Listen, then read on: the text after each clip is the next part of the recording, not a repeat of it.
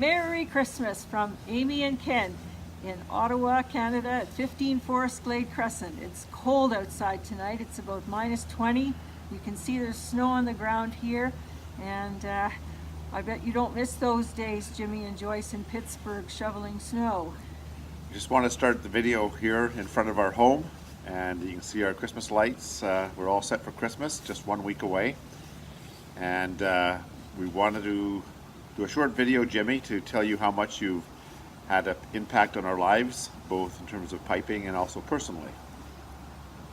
So we'll look forward to seeing you inside where we can warm up and share some stories over the last 4 decades. See you soon. Okay, hello again. It's a little warmer in here by the fire, and I wanted to start off by saying I first met Jimmy in 1974 at the Northern Ontario School of Gaelic Arts in Timmins, Ontario. Prior to that time, my mother had desperately tried to find me a piping teacher to help me move forward in my studies, and unfortunately in Ottawa there were no teachers at the time willing to teach girls or women. There was a real bias at that time. So she saw an ad in the Piping Times about a school in Northern Ontario, and there was a Jimmy McIntosh teaching there, so I went up for 2 weeks and had a grand old time, and that was the first time I was introduced to pibroch. And I fell in love with it the day I started learning pibroch, and I think one of the first tunes I learned actually up in Timmins was The Glen Is Mine. I really enjoyed lessons from Jimmy because he really spoke from the heart, and I learned pibroch as a song through him, and carried on the next summer in 1975. I went to 2 schools, one in Brockville where I met my future husband at that time, Ken Garson.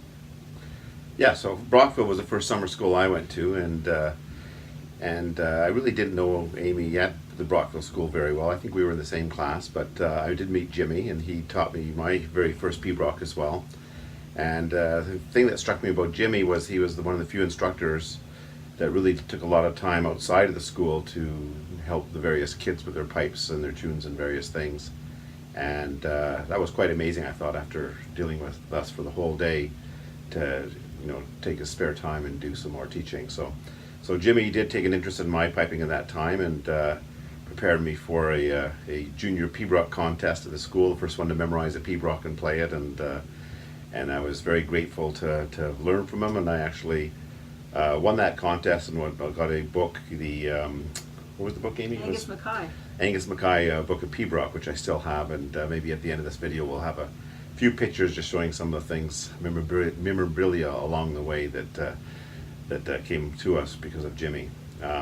At that school anyways, I didn't know Amy well, but she convinced me to go to Timmins, and I think Amy went to Timmins that year, but I went the following year in 1976, I guess. I went to Timmins and joined Amy there.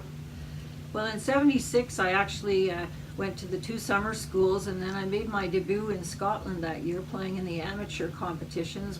Picked up a prize in the games in Dornoch, I remember, and really had a great time. Although back in '76 as well, women were not allowed to compete in the Northern Meeting or in Oban, but I carried on, and Jimmy was an inspiration to me in helping me progress in pibroch, which, as I said earlier, I learned as a song through his conducting, through his tapping of the arm and singing of the music. It was just really inspiring for me, and I really did fall in love with pibroch and Jimmy's style of teaching.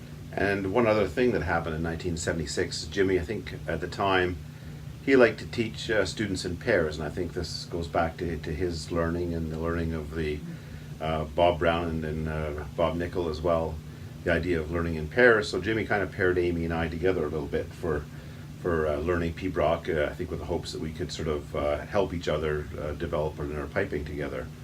The big impact you had on our life, Jimmy, was that yes, we did practice together, but also we became romantically involved, and that started back in 1976 as well, with us eventually being married in 1983.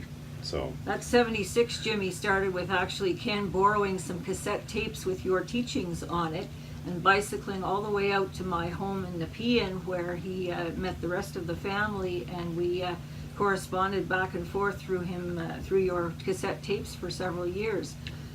So in fact, Jimmy, you got us both started in pibroch, but you also started our relationship together way back in 1976. And in fact, in 1983, when we were married, we had no one else but yourself playing the pipes, the best piper, playing at our wedding for us, which was a real treat. Just to go back a couple of years, in 1981, Jimmy, we have fond memories, I certainly do, of your teaching at the old schoolhouse in Brechin, where we had a real summer camp of pipers there. And it's a tribute to you, Jimmy, that I won the silver medal that year in 1981 in Inverness, which was my first year competing professionally in Scotland. And I recall Jack Lee won the gold medal and Bill Livingston won the class. But I mean, you were really the driving force behind the real music that was coming out at that time, and it was really a tribute to you that I had this success. And I think as well, Amy went on to be the first woman invited to the Grants Championship at Blair Athol, and we'll have a few photos at the end of this video of just some of the memories of some of these contests that Amy was in, and really, you know, playing the music that you taught Amy so well. I suppose my last contest, I guess, was probably a major contest. Was back in 1985, the Brown Nickel Chalice, and at that point I put my pipes down for my career, and both Amy and I have had very demanding careers and a family, and so we've been kind of on the back burner in piping. In my case, I didn't play pipes for almost, well, I think over 30 years, but as you know, I've got back to playing recently, and I've also, Amy's got back to competing, or just getting back to competing a little bit recently as well. And so the teachings that you gave us so many years ago, it seems, have resurfaced, and we're both very enthusiastic about playing new tunes and learning more and spending more time with the pipes and the pibroch as well. Well, Jimmy, you taught us to sing the tunes, and I know I've never really forgotten them, and I want to thank you for believing in me for all these years. I think it's been over 43 years that we've had a connection here with piping, and I'm truly grateful for that. Your legacy will live on in terms of me going forward. I have a lot of unfinished business to take care of in terms of I'd like to go back to competing, but as Ken has said, the career and raising a family has gotten in the way of that, but hopefully moving forward, I'll have more to contribute, and you'll hear more successes of me. And I'd like to add one other thing. I guess we've come down to visit you a few times since I've been back to piping. It's been a thrill. Yes. There was the eclipse, but also I'll never forget the Greenville contest where Amy was playing the professional there and playing in the pibroch, and she played. You played Lord Lovett's Lament. That's right. Yeah. And she played fairly well to start, and she started to race a little bit when the nerves got the better of her, but played quite musically anyways. And I love the way after the contest, when you were speaking with Amy, you kind of had a little bit of a grin and a laugh about her racing on the, I think of the Tarluith version, when she thought her pipes had gone off.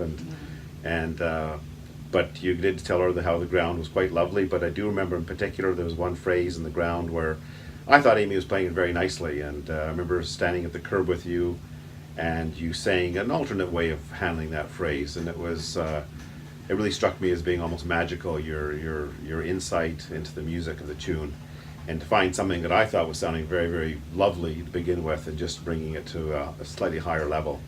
And I think we both learned quite a bit just from that one moment of the music, and how to interpret the music and how to bring it to the highest level. Well, Jimmy, once again, thank you for all you've done in terms of, as a teacher, you're inspirational. You have such knowledge of the music, and the nuances that you're able to convey is a true gift that you have.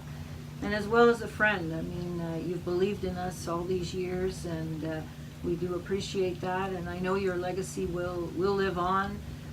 I hope eventually to find more time perhaps to do some teaching and to spread the word about the Macintosh style of playing.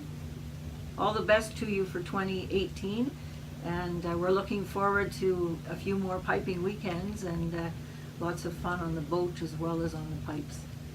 Absolutely, and we'll just, at the end of this video, I'll just put a few photos up of some of the memories that we've had that have been sort of influenced directly by you, Jimmy, through your teaching and your friendship over the years.